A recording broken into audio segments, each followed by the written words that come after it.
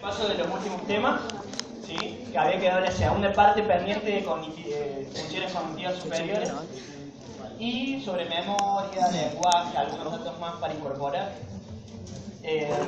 ¿Cómo están? Muy bien. Bien. ¿Falta cuánto? El 3 tienen el examen, ¿no? Así que bueno, después de esto tienen tiempo para repasar. A partir de aquí pueden extender, recuerden repasar todos los temas, el primero es el último, acompañen el estudio con las imágenes y espero que disfruten el aprendizaje. Bueno, vamos a ver déficits cognitivos según lesiones en diferentes áreas del cerebro. ¿Sí? Este es uno de los capítulos del PURBE, donde va a señalar las diferentes lesiones en una área u en otra.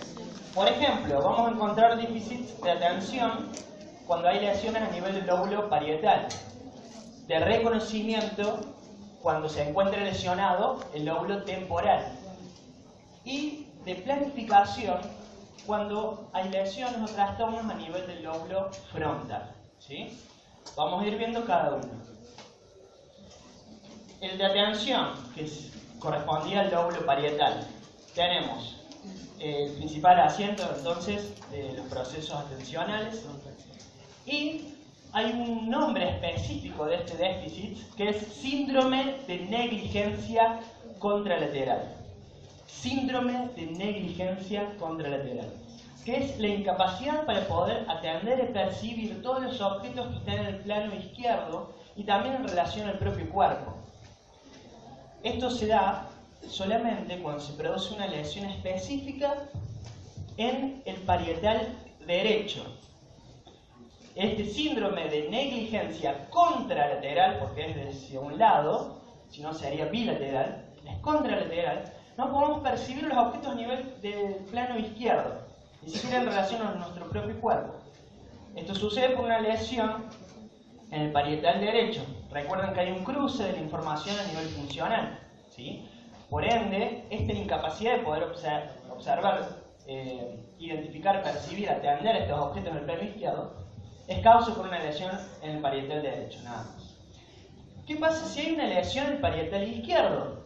¿Por qué no se da la incapacidad a nivel de los objetos del derecho? Porque el derecho compensa. Si llegase a haber una lesión en el parietal izquierdo, el derecho compensa porque tiene la capacidad de poder atender tanto los objetos de la derecha como a los objetos de la izquierda.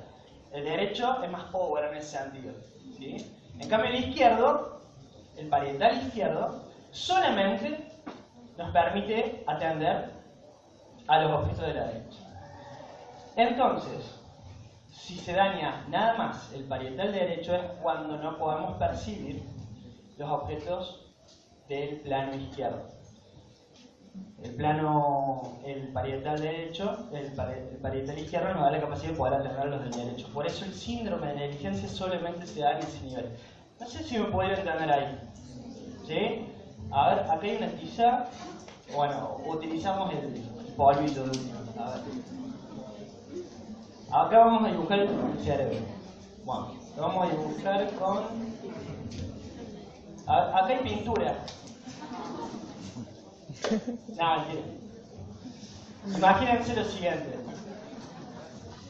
Imaginen mi cerebro. Tenemos acá el parietal izquierdo y el parietal derecho. Mi parietal derecho me ayuda a atender a los objetos tanto de la izquierda como de la derecha, ¿sí?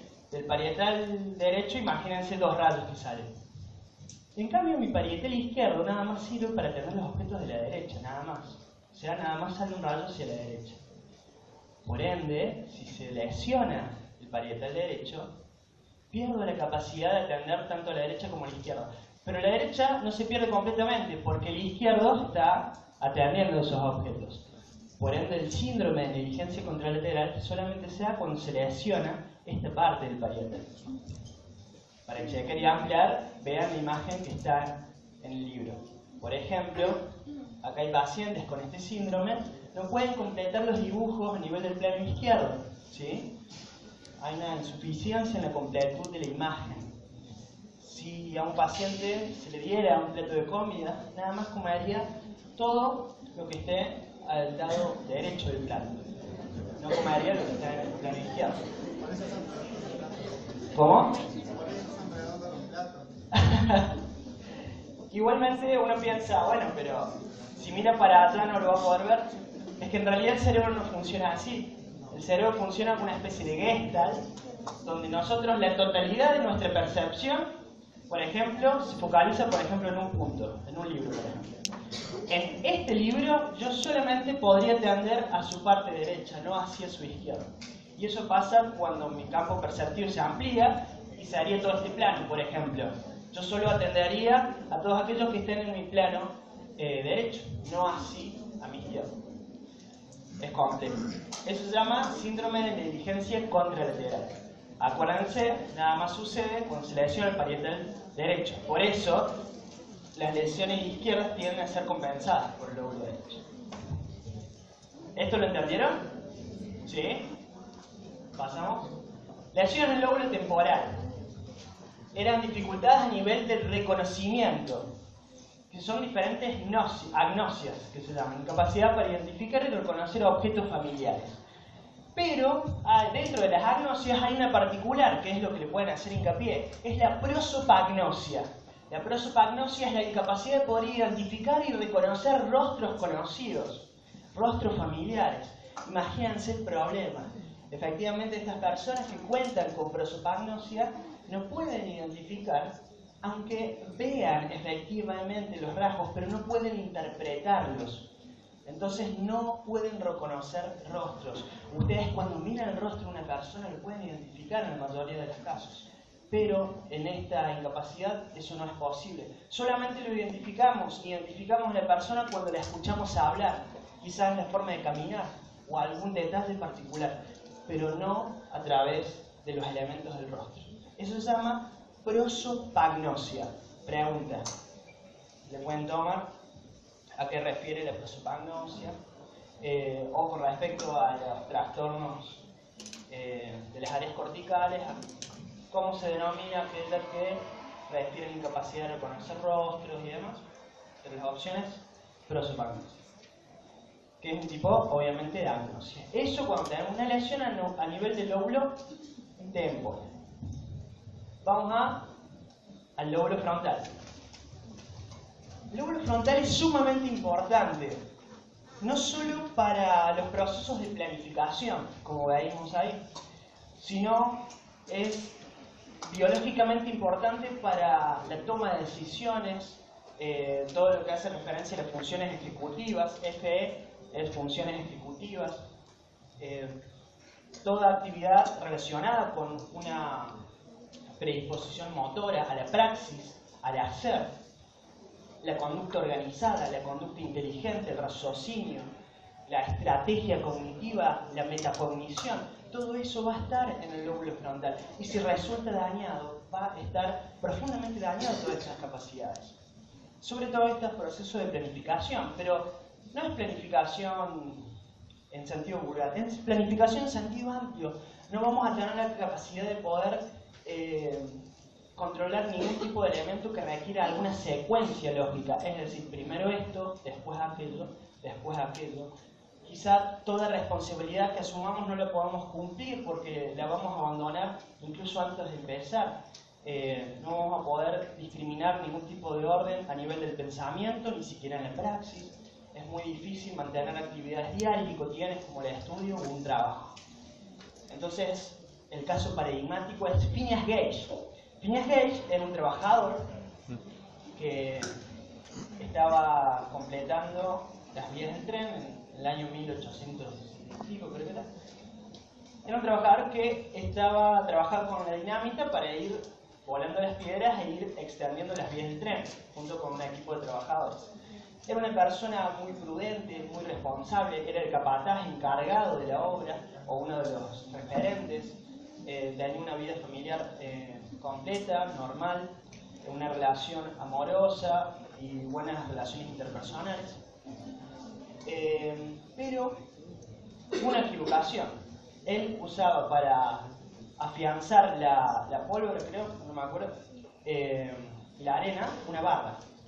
Por una equivocación empezó a picar, en vez de la arena, empezó a picar la pólvora. Hizo una chispa, la barra era de hierro, y la barra se dispara, hay una explosión y se dispara y le atraviesa absolutamente todo la parte del lóbulo frontal medial. O sea, acá tienen una imagen, toda esta parte frontal, medial, totalmente dañada. No es que se le queda acá la barra, sino que la barra pasa como una bala, digamos. La barra vuela como 300 metros.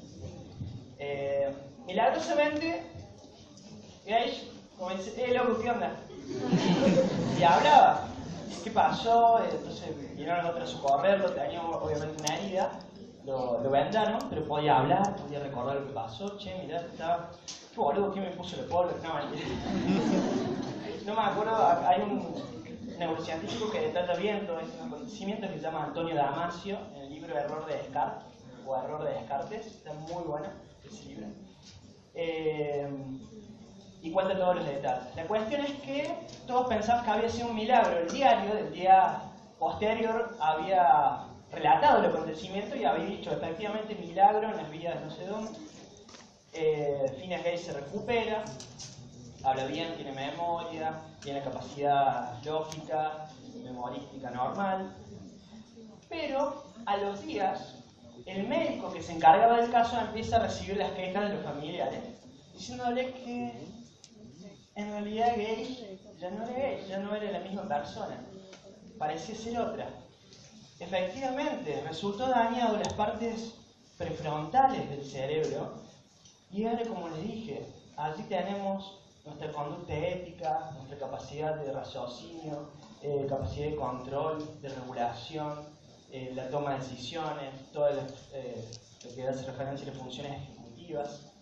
La personalidad se transformó totalmente. Nuestra personalidad, lo que somos, evidentemente es parte del entramado complejo interpersonal que tenemos con otro ser humano, en un contexto sociohistórico, sociocultural determinado, familiar y demás. Pero se inscribe biológicamente toda esa información en estas áreas cerebrales, que si resultan dañados, todo ese aprendizaje resulta trastocado. Efectivamente, Gage cambia. Sí. ¿Alguna vez hubo un caso sin un accidente, un caso de lesión en el lóbulo frontal sin un accidente? Sí, hay muchos. Uno dice, bueno, pero hay gente irresponsable, impulsiva, que no regula o que no es muy constante con sus deberes, pero no se le atravesó ninguna barra. Efectivamente hay cambios funcionales y tienen más que ver con otras cuestiones o circunstancias vitales, efectivamente. Pero lo que acá se contrasta es el cambio repentino, causado efectivamente por una lesión. Efectivamente uno puede cambiar en ese sentido por cuestiones, acontecimientos sociohistóricos que son significativos para nosotros. ¿Sí? De hecho, continuamente las conexiones neurales se van modificando. No es el mismo cerebro el que tuvieron cuando entraron que el que van a tener cuando salen. Va a ser diferente. Ahora, en este caso sí, no va a ser. En este caso sí, efectivamente es a partir de una lesión. Y a partir de ese caso, que es paradigmático, sí se fueron acumulando una gran cantidad de casos clínicos que reforzaron esta idea de interrelación íntima entre cuerpo y mente. Yo les cito lo que escribió el médico de Gage, dice: los cambios se hicieron patentes tan pronto como se calmó la fase aguda de la lesión. Es decir, una vez que fueron cicatrizando los daños a nivel del rostro y demás.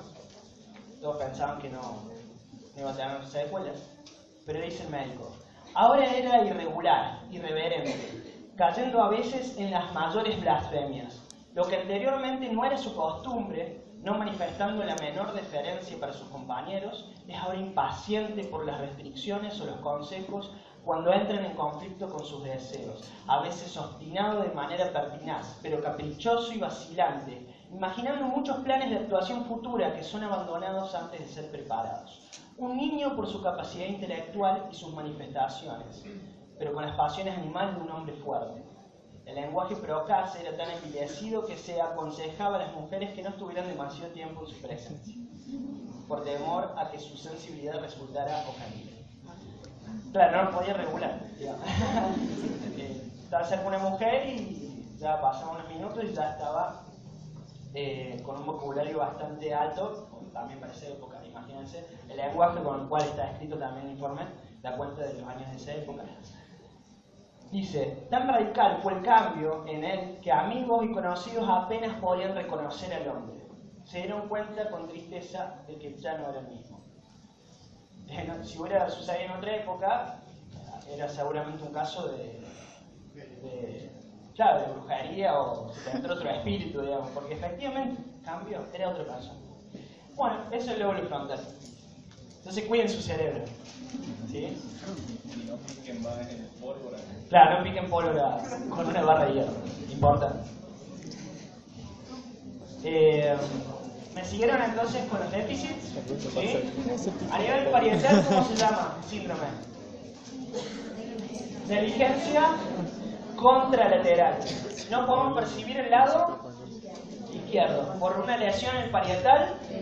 Perfecto. A nivel del temporal, ¿cómo se llama el déficit? Es una agnosia que se llama prosopagnosia, incapacidad de reconocer rostros. Bien. Ahora vamos al concepto de simetría cerebral, que más específicamente vamos a llamar dominancia. Porque ya no se habla tanto de que un hemisferio hace esto y nada más, sino que los dos lo hacen, solo que uno es más dominante que el otro. Entonces, vamos a hablar de dominancia en diferentes tipos de actividades. Por ejemplo, vamos al... Bueno, esto es un cerebro que dice que expresa bien, digamos, cómo es la diferencia en la dominancia. El derecho mucho más emocional, musical, espacial. El izquierdo mucho más racional, matemático, lógico. Concretamente, vamos a ver en cada área cuáles son las dominancias que se perciben. A nivel del hemisferio izquierdo, a nivel del lenguaje, está el control expresivo y comprensivo del lenguaje. ¿Qué quiere decir? El expresivo es el área de Broca, ¿se acuerdan? La ejecución del lenguaje. Y comprensivo es el área de Wernicke, que es la comprensión del lenguaje. El área de Broca y el área de Wernicke, en el 97% de los seres humanos está del lado izquierdo. Por eso lo vemos acá, como dominante. El hemisferio izquierdo es dominante para el lenguaje comprensivo y expresivo.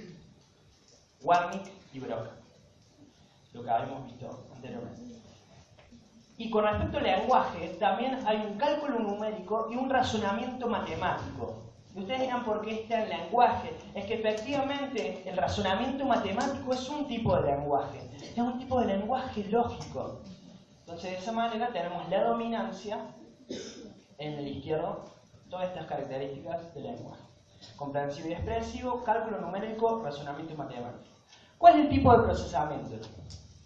Lógico-deductivo, analítico, es decir, desintegra la información en datos más pequeños. Abstracto, es decir, totalmente tendiente a la racionalización permanente.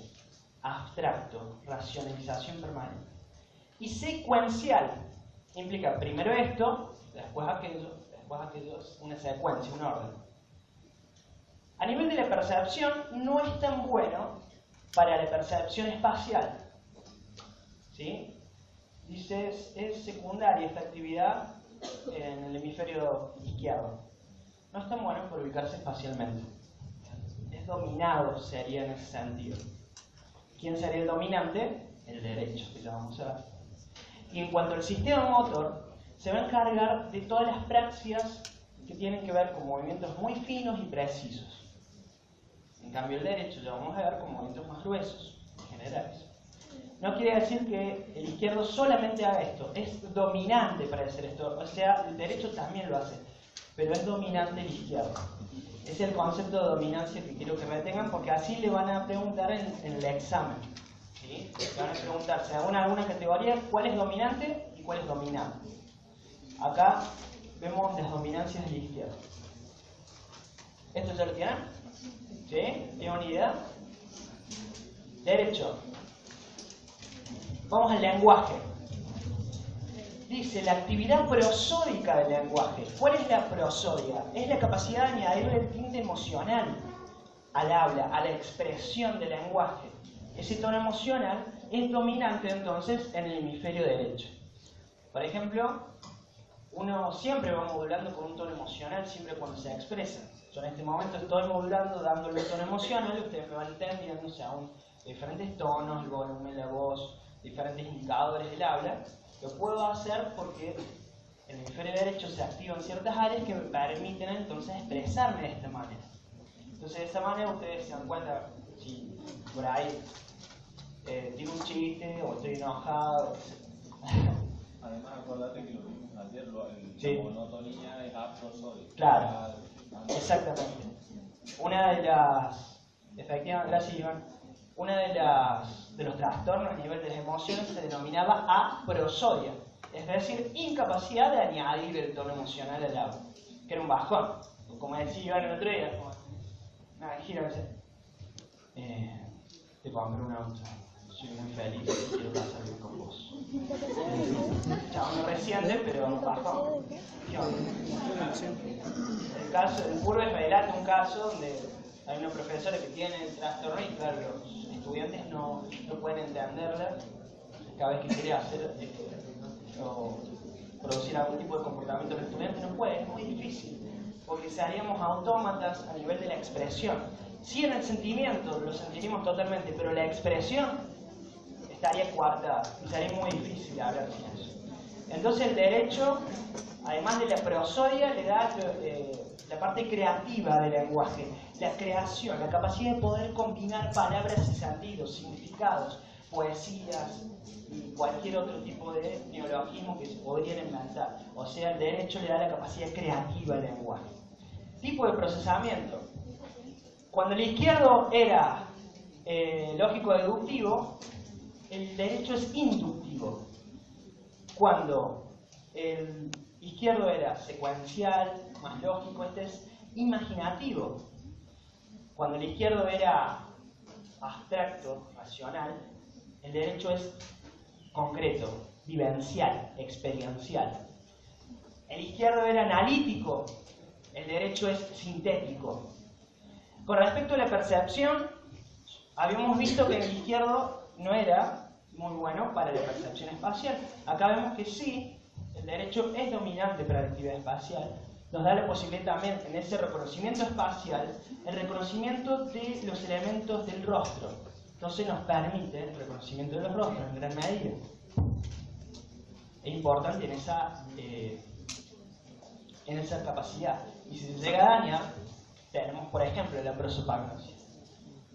Es dominante para la música, el reconocimiento de aquellos patrones musicales a través de las diferentes ondas y percibir con el oído qué tipo de tono se está tocando. Y con respecto al sistema motor, el izquierdo de la praxis finas y precisas, el derecho movimientos gruesos, más generales, no verbales. Entonces, esa está bien clara la diferencia de la dominancia. Acuérdense que esto es dominancia. No es que el izquierdo no haga nada de esto, que sea un bajón, que sea una amargo. No, el izquierdo también lo hace, pero no es tan dominante. Y aclaración, nuestra conducta es la combinación compleja e interrelacionada de los dos hemisferios.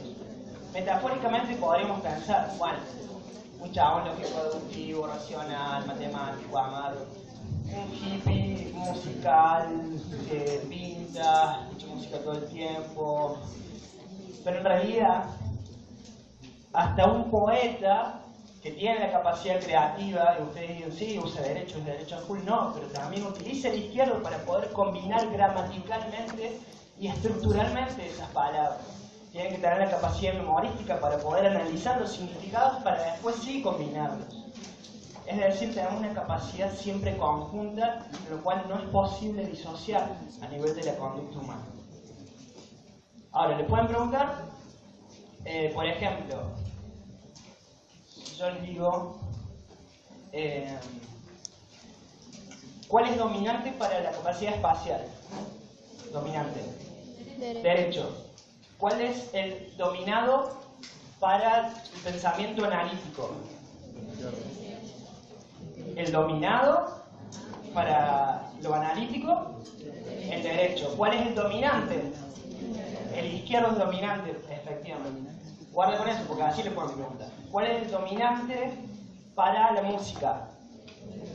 Por lo tanto, el izquierdo para la música es dominado. ¿Cuál es el dominante para los aspectos creativos del lenguaje? El derecho, dominante, entonces va a ser el izquierdo. ¿Cuál es dominante para los aspectos comprensivos y expresivos del lenguaje? El izquierdo es dominante. Por lo tanto, si le preguntan eso con respecto al derecho, el derecho va a ser dominado.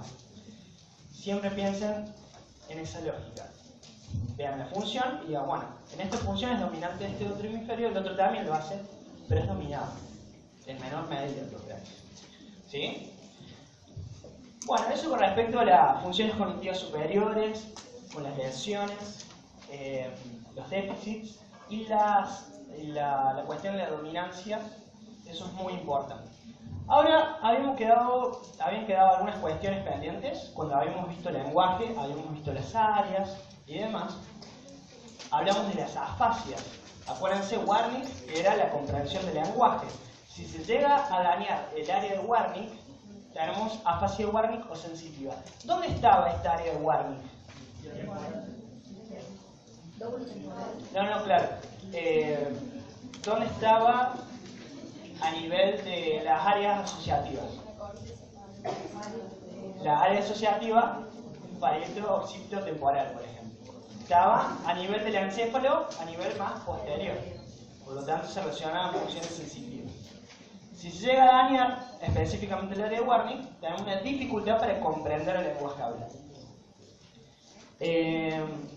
Afasia de Broca o motora es la incapacidad de poder producir el habla, la expresión del lenguaje. ¿Sí?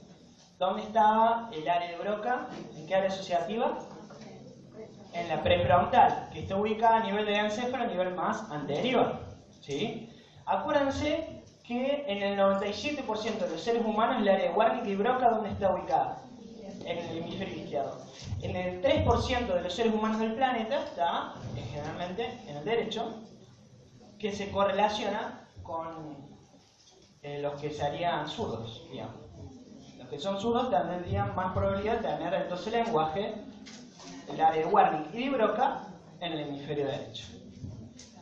Ahora, hay otra afasia, que es cuando se lesionan las vías que conectan Wernicke con Broca.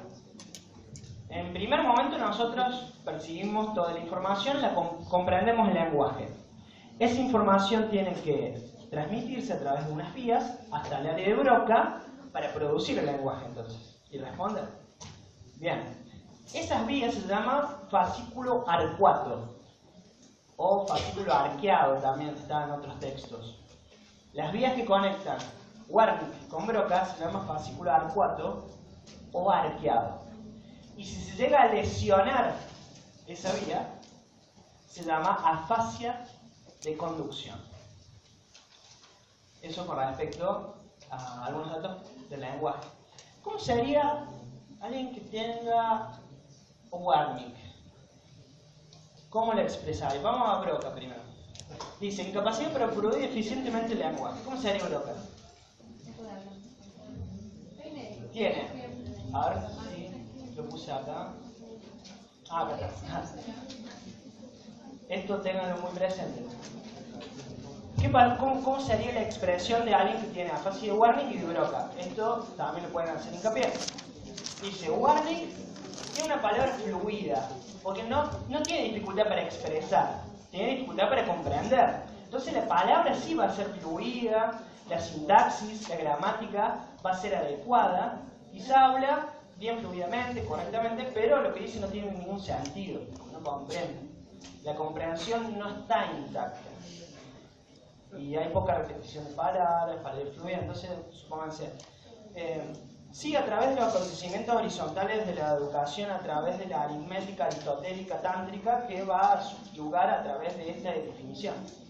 O sea, fue fluida medianamente, pero no tiene sentido lo que dije.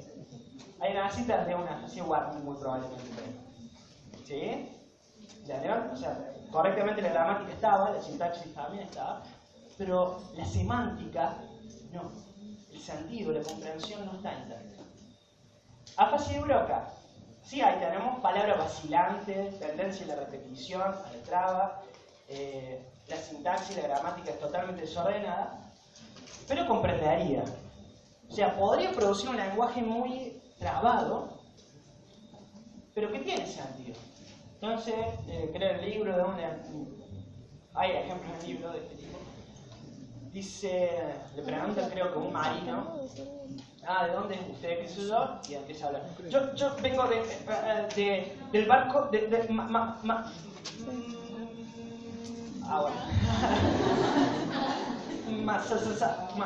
Y el otro es Massachusetts. Sí. Entonces, cuesta la expresión del lenguaje, aunque tenga la comprensión, porque tiene sentido. Bueno, yo soy un marino, estaba en el barco de Massachusetts. Pero la palabra no es fluida, la tendencia de repetición, la gramática y la sintaxis está totalmente desordenada. ¿Sí? ¿Entendieron bien las diferencias entonces? Ahí está Warning, área asociativa, parieto occipito-temporal, acá está broca, área asociativa prefrontal. 97% de las personas, hemisferio izquierdo.